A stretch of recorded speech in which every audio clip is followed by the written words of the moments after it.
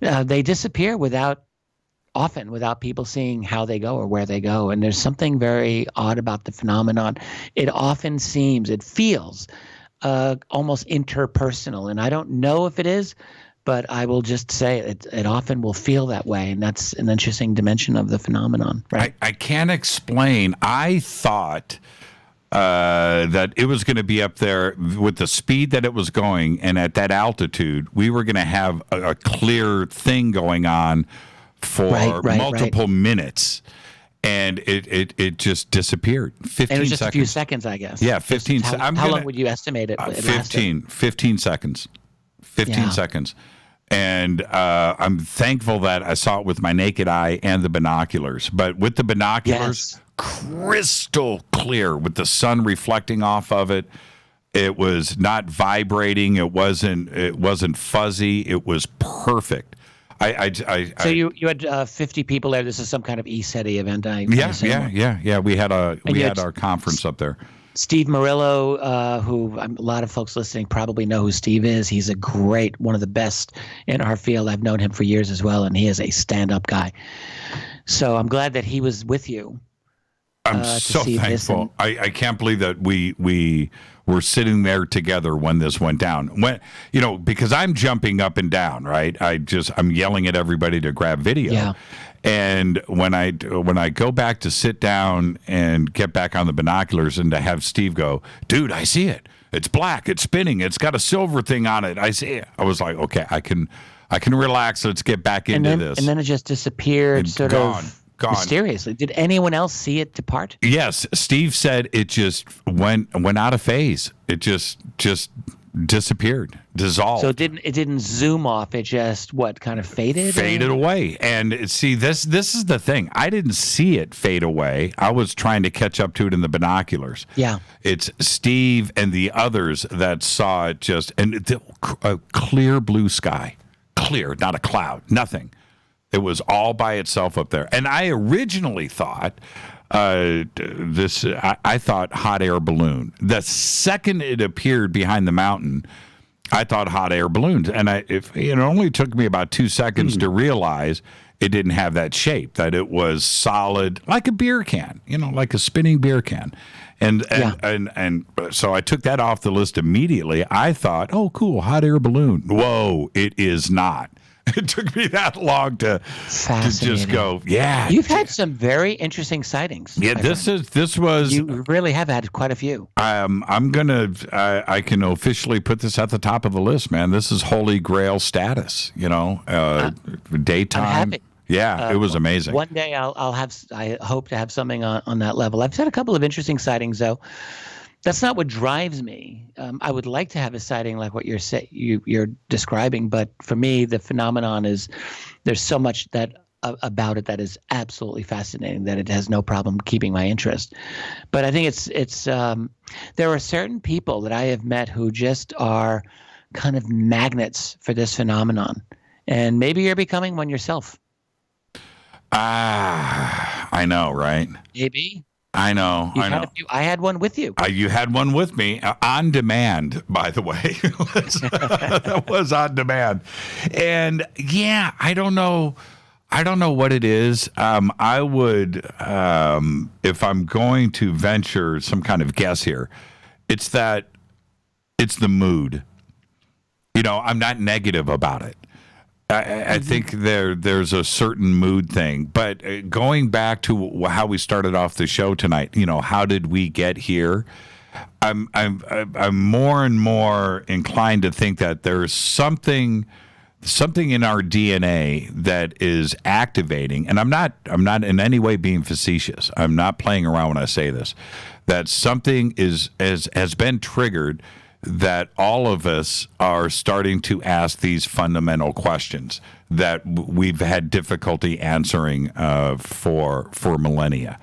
And I think that's part of it. And I think that maybe this is exploding out of me, maybe, and that it's detectable. Is that a crazy thought? I can't explain. I don't know. I don't think it's crazy. I think, we are going through all kinds of biological transformations. People talk about the science of epigenetics, which is a genuine science about the effects of our external environment on our genetic structure. And we are affected by what goes on around us. And much of what goes on around us is our own effect on ourselves. So we are changing ourselves all the time. And it could be that I think we are going through a very rapid transformation in our species. I mean, when I say rapid, I don't mean like we're going to be one way today and a completely different species 10 years from now. I don't say that. But when you look at the long view, human beings are going through some significant changes right now. And I mean physiological as well as emotional and intellectual and probably a lot of other ways. I don't know if it's all for the better, by the way. But we are going through changes, and maybe some of them are allowing for what you're talking about. It's totally possible. Well, when you get out onto an open field, or, like that night that you and I had our sighting together, yeah. We had a group of we probably had 20, 30, 40 of us that were there that night. Yeah. All positively thinking those positive thoughts that, it's a magnet for that. And so, yeah, if I'm out there and I'm elevating the level of vibration on an open field with a couple of hundred people, that may have an effect on it. And I don't have a problem with thinking that way, because certainly it's happened over and over again. I've never had a bunko night right out there. I've never had that happen. I don't know. I can't explain it. I really can't. This one, Richard, shook me. This one really shook me. When you see, stuff with night vision all night long, night after night, those expectations are there. This was singular. This was amazing. So then I think what you were asking earlier on, if I'm not mistaken, is what was this? Was this an extraterrestrial thing or something different? Right. And I wouldn't pretend that I know the answer to that, but it sounds like it was some kind of technology. I would hazard to guess that it seemed like it's someone's technology. Would you agree? Yeah. See, this is what I find interesting. Is we all have our images, Hollywood comes into play, of what these objects are supposed to be. Well, if we find out eventually what's really going on, we're going to find out that we've all been wrong. And you know what I mean? And this object doesn't fit into anything that I have either seen or have been told about from other witnesses. It doesn't fit into any category. Well, it may not be for purposes of transportation. We tend to think of UFOs as, they're carrying people or beings from point A to point B, but that's, very likely not the case with a lot of them or all of them. They may have other purposes, and it may not be to carry any life form on it at all. It could be instrumentation. It could be measuring. It could be a weapon, or it could be something else that we haven't even thought about. So there's a lot of configurations, I would imagine, that an aerial object could be of that would be useful for whatever purposes that someone's developing. And it isn't necessarily to transport beings from point A to point B. So I don't know. I'd like to know what that was. It's quite interesting. Before I let you go, there's two things I want to get out of the way. The Space Force, announced by Donald Trump. Yep. Rita just posted up a tweet out from the United States Space Force. I don't know if you have seen this, but it says, define the Great Awakening, and it's pretty interesting. Now, I don't know if this is a real Twitter account. It certainly looks official, although it doesn't have the verified check mark. But what did you think about the Space Force announcement from Trump? I think it's in retrospect, is an inevitability. It could have been something that might have been announced under President Obama, but he didn't. But it's certainly something he could have done. I mean, the U.S. military has been moving toward I think this type of a thing for a long time. And the biggest obstacle you have is that the various services, the Navy and the Air Force and even the Army, all have their presence in space and they want to maintain it. But if you're going to be the dog that's got to pee on everyone's tree, and that's the job of the United States worldwide, then you need to fully dominate space. And the fact is, I mean, space, in a sense, is the center of gravity, militarily speaking. You can't dominate other nations if you do not dominate space as your major platform. And so I think it's an ultimate inevitability that the United States military would probably move to consolidate space as a department of equal stature to the other services. Now, it's not a done deal, by the way. You have everyone who wants to maintain their military prerogatives, and you got members of Congress who want to fight on this. But I will guess that it'll probably go through within a year or two. It'll happen. But the other thing to keep in mind is that, for those of us who believe in a secret space program, I'm one of those people. I will assume, in fact, I would say confidently, that there are very advanced developments that have been made in space for a long time. And so by having an open space force, or that's what he's calling it, space program, it would be very useful for it to serve as a screen, for those covert activities, and also as a very good way to introduce exotic tech as it becomes deemed like useful to kind of introduce it to the world. So in other words, you've got this very, very advanced stuff out there, and over time it might become useful to segue that to the public world through something like a space force. I could imagine that as well. So it would be useful for a couple of reasons. So it's not surprising. I think it was an inevitability. Did you lean towards an ET connection? I mean, combined with everything else that has been going on with the UFO community, and back to the New York Times article, the timing of this seemed a little bit suspect. Oh, of the announcement of the Space Force? Yes. Yeah, I mean, actually, I hadn't really thought about this as in terms of timing, connecting it with the revelation of the ATIP program, but yeah, it could have been. I mean, I could imagine someone in the Trump White House saying, this is coming out a little bit. Let's take this opportunity now to push this other military program, this other military wish list item that we've been wanting for a while, which is to create an open space force. Like I suppose I could see that as a possibility. I don't know that was a factor, but it's entirely possible. I mean, look, here's the thing. We have to, I assume, I don't want to say we have to assume, but I do assume that there is an extraterrestrial presence here on this planet. That is my governing assumption, and that they exist in space, and that they probably exist on other satellites in this solar system, including the moon and probably Mars.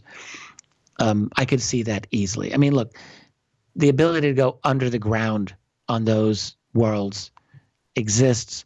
The ability to create a kind of secure environment for oneself, I believe we're just about at that point. We may be at that point now. I think someone else is probably at that point too.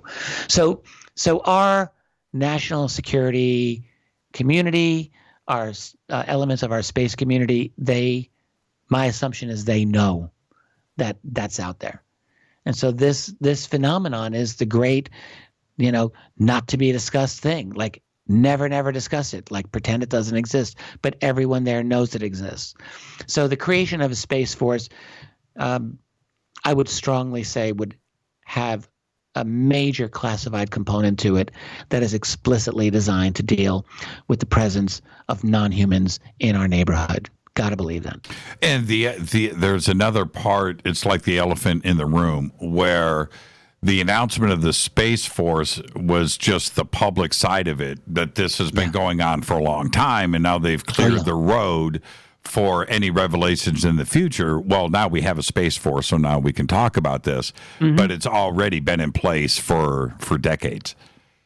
Yeah, I think so. I mean, when you roll out programs like this, there's certain conveniences that it will provide you, and that type of thing is definitely right up there.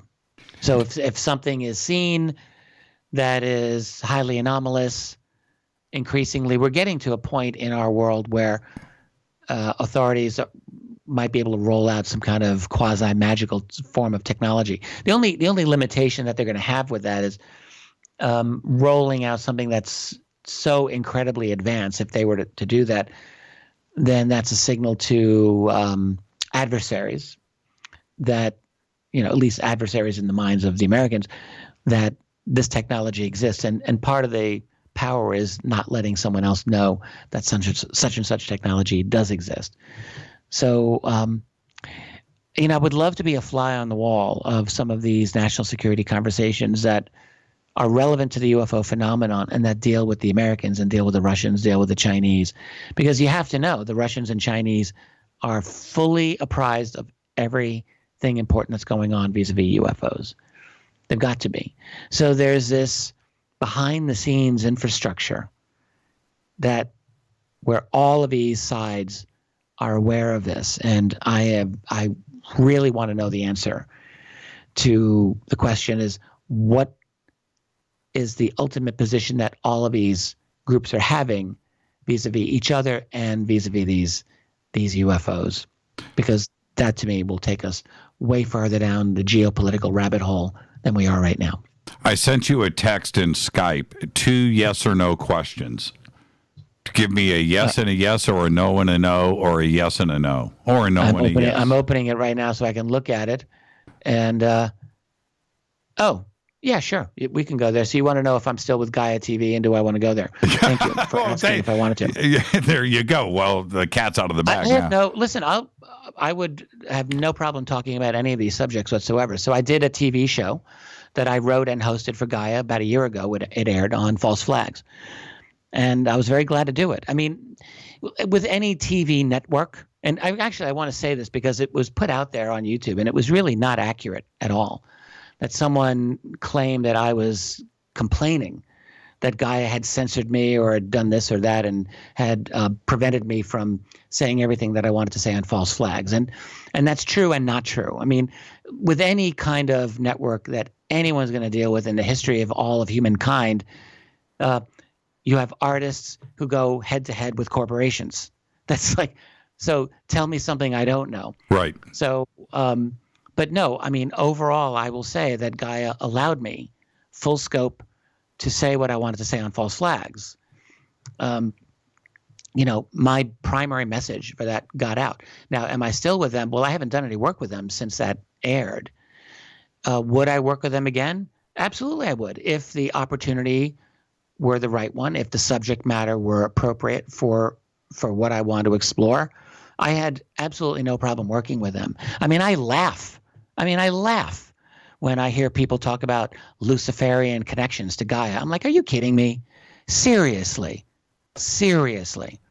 I think it's a great disservice to our community when people talk like this. I mean, it's absolutely irresponsible and also not true. I've spent a lot of time in the Gaia studio, and I will just tell you, I met pretty much all the producers there. I've met the owner. I've met all the people who work there. They're a company that has a great cafeteria, by the way. They've got a yoga studio, and they're very like new age, right? So that's not really my fundamental focus as a researcher, but it's what they do. It's their market. Luciferian? What an absolute ridiculous joke. I mean, beyond a joke, an embarrassment.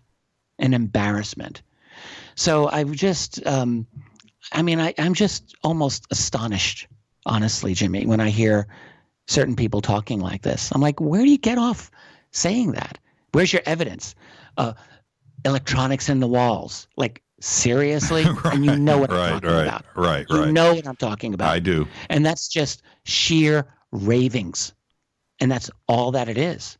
It completely made up. I don't understand why no one else is calling this out, by the way. Like, I can't be the only one. Right. I cannot be the only one to call it for what it is. And self-serving motivations. I mean, just so laid bare for anyone to see. Yeah. When I hear comments about directed energy weapons being used, I'm just like, oh, come on, man. Stop. Just like, stop embarrassing yourself and the rest of us for having to listen to this. Well, I don't work for Gaia. Okay, I don't work for Gaia. I don't have a show on Gaia. I have not appeared on Gaia. I have not been to the Gaia. I've never got a check from Gaia. Yeah, they're fine. I have. They paid me. They paid me for my show, and I have no problem saying that. Yeah, and they were fine to work with. My producer, Sid Goldberg, I love him. He's a friend. Yeah. And I respect Sid. Cool dude. And I've met a lot of the other people there. And you can agree or disagree with the focus of some of their shows. Fine. They have Sean Stone. I mean, I like Sean Stone.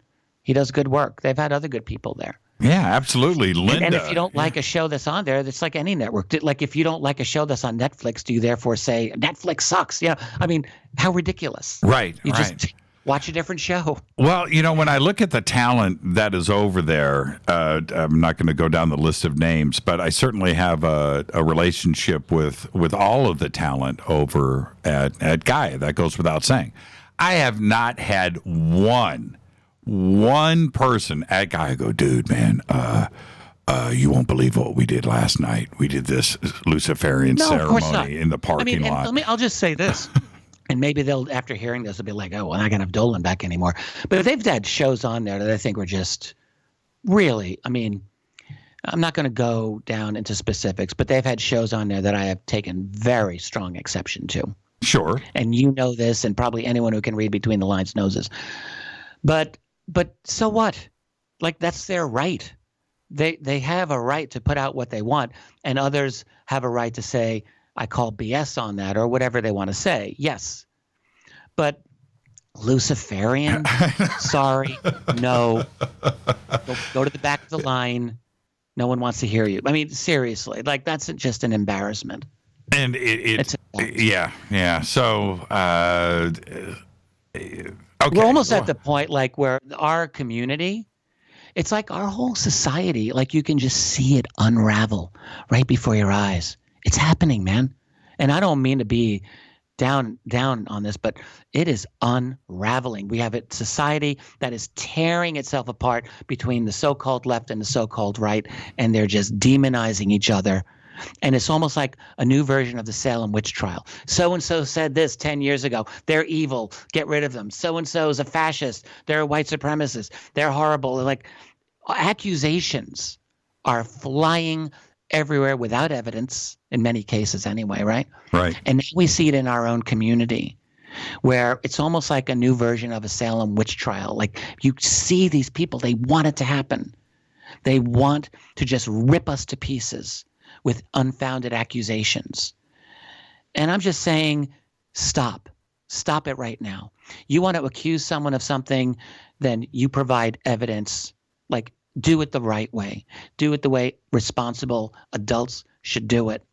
And you provide evidence so that the rest of us can examine it like anything else in this world. That's right. Call the police. Right? Yeah, that's right. Call the police. Exactly. Call the police. Yeah. I'm not in any way kidding around here. If I had a directed energy weapon pointed at me by a Luciferian Satanist cult, and I had proof of that, I'm on the phone. I'm turning somebody in. I'm making sure that somebody is prosecuted and that the whole thing is exposed. And that's the end of it. And if you can't do that, well, please just go away. Go away. No, this is just... we've got other issues. It's just too much. It's too much. And, I mean, people just need to get a grip here. And it's not that there aren't evil people who are at the top of our little hierarchical pyramid food chain here on planet Earth and in human civilization. I think that there is a lot of bad people up there, and there could very well be a cabal at the top that's actually evil, and maybe they worship black magic. I don't know. I mean, Alex Jones broke into Bohemian Grove 20 years ago with his camera, and they were doing some very bizarre stuff there indeed. And would I say that the Rockefellers or the Rothschilds or any of these others aren't involved in that? Hey, they could very well be, and maybe more. It's possible. Bilderberg meetings, these are not good people, in my opinion, that are trying to run our world. Having said that, it's almost as if you've got people in our community who are like going back to the Salem witch trial mentality and accusing someone of like, that's a witch, burn the witch. Like, we're getting to that point here. And we really need to, like, check ourselves here and just say, we're going to be evidence-based with what we have to say and stop throwing stuff around, because it's not helping. It's not helping. Have you seen Strange Angel, by the way? Have I seen what? I'm sorry? Strange Angel, the TV series. No, I don't believe so. It's about Parsons and JPL and the founding of JPL. Oh, wow. And his connections to he was a hardcore occultist. Aleister Crowley and right. L. Ron Hubbard. Very much. Yes. You need to go. Absolutely. It's produced by Ridley Scott, right? And it's on CBS. It's an absolute must see. Oh, I'm going to watch that. It is crazy. There's definitely. I don't want to minimize influence of dark magicians in our world, or like a pedophile network in our world, or all of these other like there's been a lot of serious accusations that have come out, and some of them are really based in reality. Yes. So and we need to pay attention to that. I'm just saying, relating to Gaia, look, you've got certain people who don't like the fact that they're New Age. I'm not really crazy about a lot of New Age programming myself, but that doesn't mean I think it's Luciferian. And it's not just one person who's made these accusations. One of the big people who just left Gaia has made the accusation. And I'm like, come on. You got to this is not true. You worked there for 6 years, and you're going to tell me you only now discovered that they're Luciferian. This is just not right. Okay? So I'm just saying it for what it is. Are you there? Yeah, I'm just wondering when you're just going to stone dead silent, wondering what's he going to say next. I'm just like, man, okay, I'm going to have to deal with this tomorrow. How far is Dolan going to go here? And well, that's about as far as I'm going to go tonight. There's nothing like going to the edge of the cliff and taking a peek with Richard Dolan. Hey, look, I mean, if it turns out that I go further, I'll go further. But the thing is, like, I'm not interested in having a war with individual people. Like, I've got other things to do. I've got research. I've got genuine things to do that are actually important, rather than drama queen stuff that's make-believe that seems to dominate so much of our culture. And it really is drama queen type accusations. You ever have a friend in high school who was like, just drama followed them wherever they went? And it was entertaining at first. But then after a while, you're like, I'm kind of thinking there's a little too much drama here. I think I'm going to not be their friend. That's right. There's a lot of that in this field. And so when you've got someone where drama is always following them, maybe we should just ask ourselves, what's really going on here? Why is drama always following that person? Singular. Person Yes. all the time? Well, like I said, I know all of the talent. I know so many of the employees over at Gaia. I've never had anybody say anything crazy like that, not even once. And there are some reputations on the line here where they wouldn't be associated if this kind of stuff was going on. It's quite simple, yourself included. I've had no problems working with them. I'm just going to say it. I worked with them. It was a positive experience. I would have liked there's always things that I would have liked differently, okay? But that's not because I think that they're bad or evil or whatever. It's just sometimes there are differences of opinion. Gaia was in the crosshairs of the whole nonsensical fake news accusations that the Washington Post, one of the truly reprehensible organizations in this country, by the way, the Washington Post, was throwing out accusations that all these groups were Russian propaganda. You remember that nonsense? And one of them was Gaia. It's like, no, sorry, that's a fail. All right, they're not Russian propaganda. That's complete BS. But it's when you're an organization and you're in the crosshairs of these neocon, neoliberal, globalist, truly evil people, and what they are trying to do is to create a monoculture. Oh, they are. All right. Why do you think there's all of this insanity over Russia these days? This country has lost its mind over Russia. Not the whole country, just the establishment. So they look at groups like Gaia. They look at people like Alex Jones. They look at anyone who's not in this little neoliberal, neoconservative little bubble. Step, yeah. And they put them in their crosshairs. And so most of these organizations, they're going to be scared. They don't want to have controversial political stuff. And like for me doing false flags, that was taking them right to the edge of their comfort zone. Okay. And I understand that. I do understand that. That's not their fault. So that's just how it is. That's the world. You know, we're in a situation where the real enemy isn't Luciferian people in Gaia or any of these media companies. The enemy is a consolidated power elite within the United States and globally that is causing certain agendas to happen. And it's that's the problem. I mean, that's not what we were talking about tonight. But man, we've got our work cut out for us.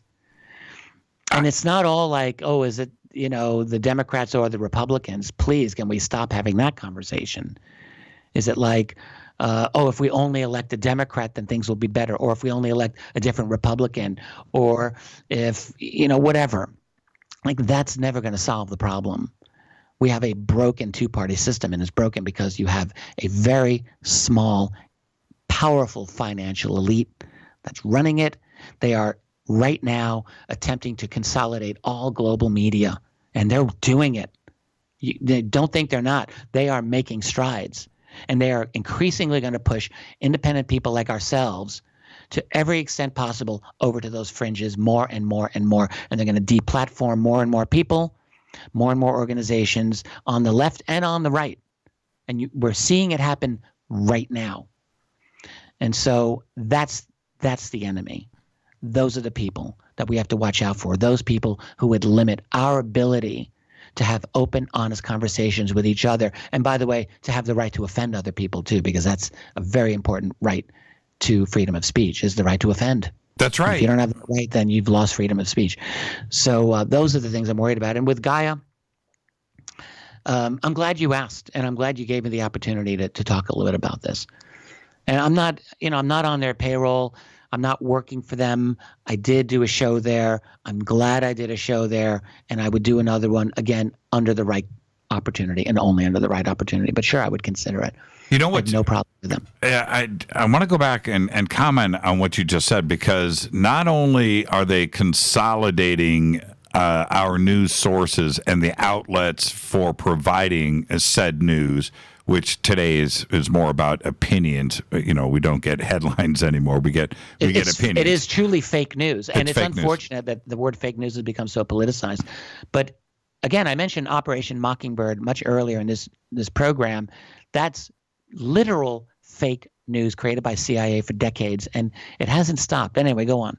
Well, in that you can't turn around and say that all of things are fake or not trustworthy, and then turn around and say about the very same news organizations. And it doesn't matter who this is. I'm talking about individuals. It's Washington too, but it's down to actual individual citizens that are saying this, that, okay, well, that part of the New York Times is accurate, but you can't trust the rest of it.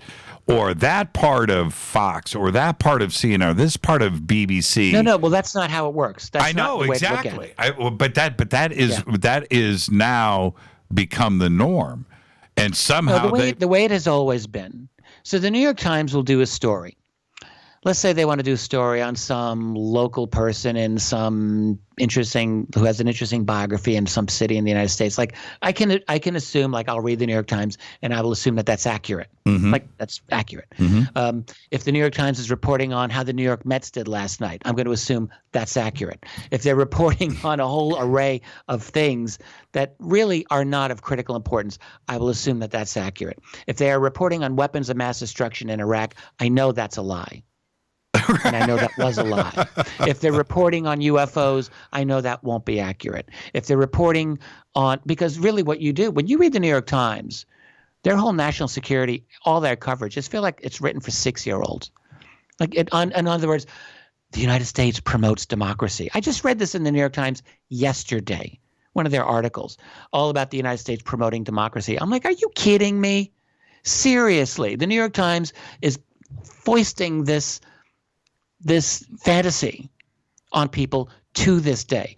So when you look at their spin, that's what we have to look at. Like, sure, they can be accurate about a lot of things. The Washington Post, ditto. They can be accurate about a lot of specifics. But when you're getting into the key things that matter, all right, they're reporting on what was going on in Crimea. Sorry, no, wrong, fail. They're reporting on Syria. Big no. All right. So on things that intersect with the United States intelligence and national security community, no. The New York Times has the worst track record in the world. They are the Pravda of the modern 21st century America. You know, Pravda being the old Soviet propaganda mouthpiece for years and years. That's what the New York Times serves as. And also, I'm just going to say, CNN, which, you know, Donald Trump's at war with CNN, but that's the fact. CNN is that mouthpiece for the CIA. Of course they are, as is NBC, as is Fox, as they are establishment. Now, there's factions within that establishment. So you have Fox, which is very supportive of Trump for the most part, and the others which are not. But make no mistake, CNN lied every bit as much on Iraq and on Syria as any of the others. They're all doing the same work. And it's all for a national security, military, intelligence community complex that demands adversarial relationships with Russia. God forbid any American politician say, maybe we should try to have a better relationship with Russia. Like, God forbid. Like, suddenly that became like the worst thing in the world to say. Anyway, I digress. Richard, thank you so much, man.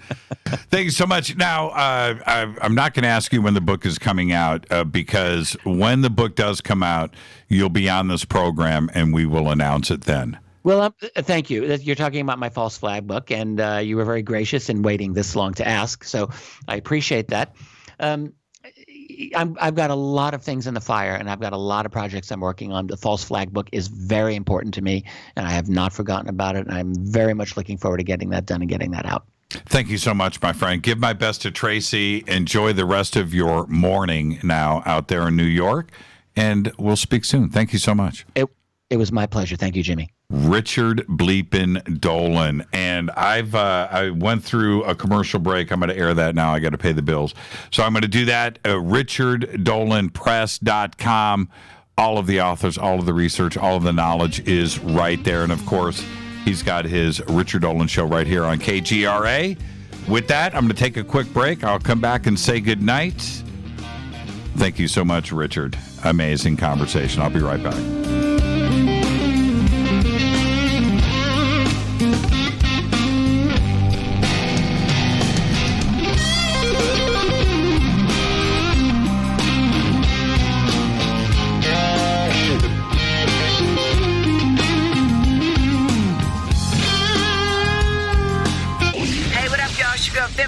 Here, and you are listening to my boy Jimmy Church on JimmyChurchRadio.com. Despite popular opinion, reading a book will not make you smarter, but listening to Jimmy Church will. Hurricanes, earthquakes, wildfires. This year we've experienced more than our fair share. This is Jimmy Church of Fade to Black, and last month I decided to make sure my family does not have to worry about food should we get caught in a real emergency situation. Introducing Numana, a healthy, storable product that tastes so good that you'll want to eat it every day instead of just during those times of duress. All Numana products have a 25-year shelf life, are MSG and GMO-free, no preservatives, and are made in America. With the Numana pack in your home, you'll be able to sleep at night knowing that you've protected your family. Not only have I tasted and tested, I own it. Now you can too. Just click on the Numana banner on JimmyChurchRadio.com and use the promo code Jimmy when you order. In addition to a discount, we'll send you an autographed Fade to Black t-shirt. Seriously, go Beckley Teppy. When you take the beans from Central America with dashes of Indonesian and African mixed in and then roast it to the dark side of Fade to Black, you create the ultimate brew of fringe. Introducing the Fade to Black blend from River Moon Coffee. Yes, River Moon's darkest customized roast was created for the love of Fade to Black. The alchemy of masterful roasting and smoking the beans is in every sip of this full-bodied dark Java. I need my coffee dark, deep, with distinct bittersweet chocolate highlights, just like the bunker. Leaning further into the darkness of the roast is Fade to Black Blend from River Moon Coffee. Just click on the banner at jimmychurchradio.com and use the promo code F2BBLEND for 15% off of your order today. Go Beckley Teppy. Hey, can we talk about something serious for a minute? Your age. Getting old has its perks. But remember, being a few years younger, you know, your hair was thicker, you didn't have so many wrinkles, that extra weight wasn't haunting you, and you just felt better. Well, we can't turn back the clocks and go back 10 or 15 years, but you can start feeling and looking 10 or 15 years younger with Nature's Youth RSF. It's a doctor-formulated daily supplement that helps your body maintain its peak performance and fight the aging process. Imagine sleeping better, looking better, and feeling better. See how Nature's Youth RSF has helped thousands of people just like you at nature'syouth.com. nature'syouth.com. The holidays are coming. Imagine how it will feel when your family and friends are asking you what you did to look so good. Your secret will be Nature's Youth RSF. It's time to start looking better and feeling better. Learn more and order your Nature's Youth RSF at nature'syouth.com. That's nature'syouth.com. Erica, Brittany, Gabby, and you're listening to JimmyChurchRadio.com. It's not a lifestyle we chose. We were born this way. KGRARadio.com.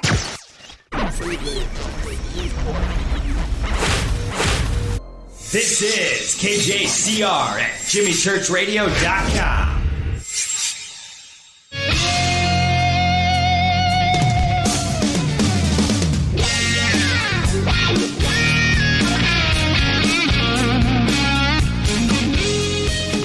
All right, welcome back, Fade to Black. Got to thank Richard Dolan. That was 2.5 straight hours of amazing conversation. So many takeaways from tonight's talk with Richard, but that's why he is Richard Bleepin Dolan. And I was just sitting here reading through Twitter and your comments. Going back through all of it, there's too much. I've almost got to go back and listen to this show again, as all of you should too as well.